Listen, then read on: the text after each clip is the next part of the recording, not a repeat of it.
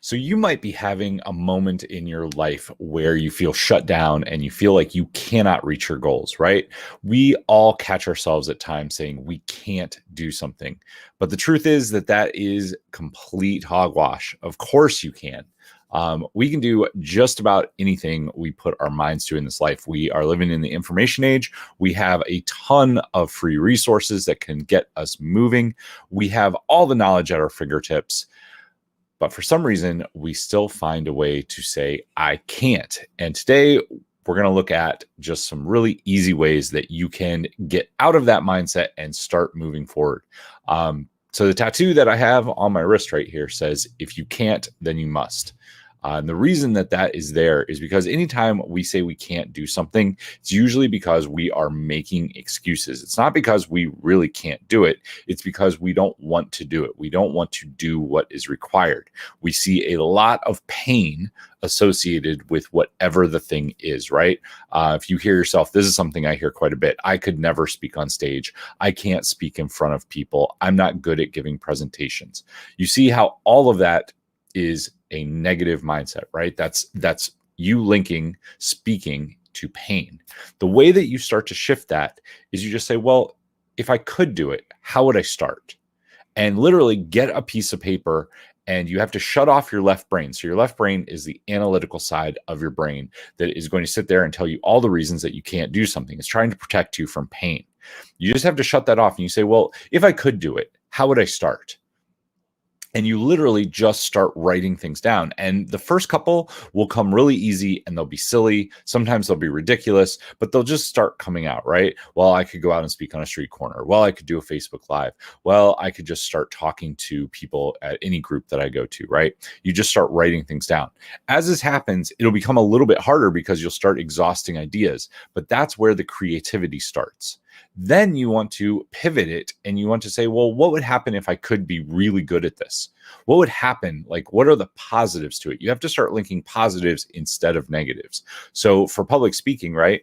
If you're selling from a one-to-many format, suddenly sales would become a lot easier. You would start making a lot more sales. You wouldn't have to do all the one-on-one work. Your ad cost would go down. You would start making more money. As you start to link those things, the emotion shifts. And when the emotion shifts, that's when it moves from a can't to I can, right? Because we make decisions emotionally first, and then we back it up with logic. This is how almost every decision that we make is made. And if it's a positive emotion, then we back it up with the logic. So you can think about this in something that you've bought. It's really easy. Guys and cars, this happens all the time, right? We should be buying a $10,000 car that gets us from point A to point B. You can do that very reliably for 10K. But as guys, we look at it and we say, well, I need the safer car if I have a family. So that's more expensive. Or I need the sports car, or I need the convertible. And you start to picture all the reasons that you want that. And if you get enough positive emotion behind that, you will find the logical reasons to back that up, and then you'll make the decision. So that's how you move a I can't to an I can. I can't remember the first place that I read this. I was probably really young, like 15, 16, 17, because I remember practicing it in high school. I remember thinking like, I can't do something. I need to get that out of my head, and I need to start thinking about how I can do things. It's one of the things that has allowed me to travel the world. It's one of the things that led me to working in Vail, Colorado, because I said, well, how can I travel the world? How can I find a job that will allow me to travel? And I love ski resorts. I loved Colorado. Although I lived on the East Coast, I was like, well, if I went and worked there, you get 3 months off a year when you work. Actually, you get like 4. You get 4 months off a year when you work for a ski resort because they're closed.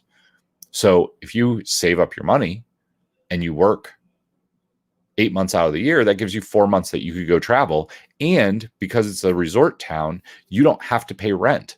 They actually have it built so you don't have to pay rent on the places that you live there. So it works out really well. That allowed me to do quite a bit of travel. One of the other things that I asked was, how can I study abroad? So I found a semester abroad program. Instead of linking all the pain to I would have to travel overseas. I don't know if I'd be able to understand anything. I don't know what I would learn. Instead, I started asking questions around, well, how much fun would it be? What would I get to experience? How would it change my life for the better? And I started asking those questions, which were really easy for me because I wanted to travel, and that got me there. I hope this makes sense. If you have any questions, or if there's some way that I can support you in turning a can't to a can, reach out to me, post it down below. I am happy to have a discussion around it.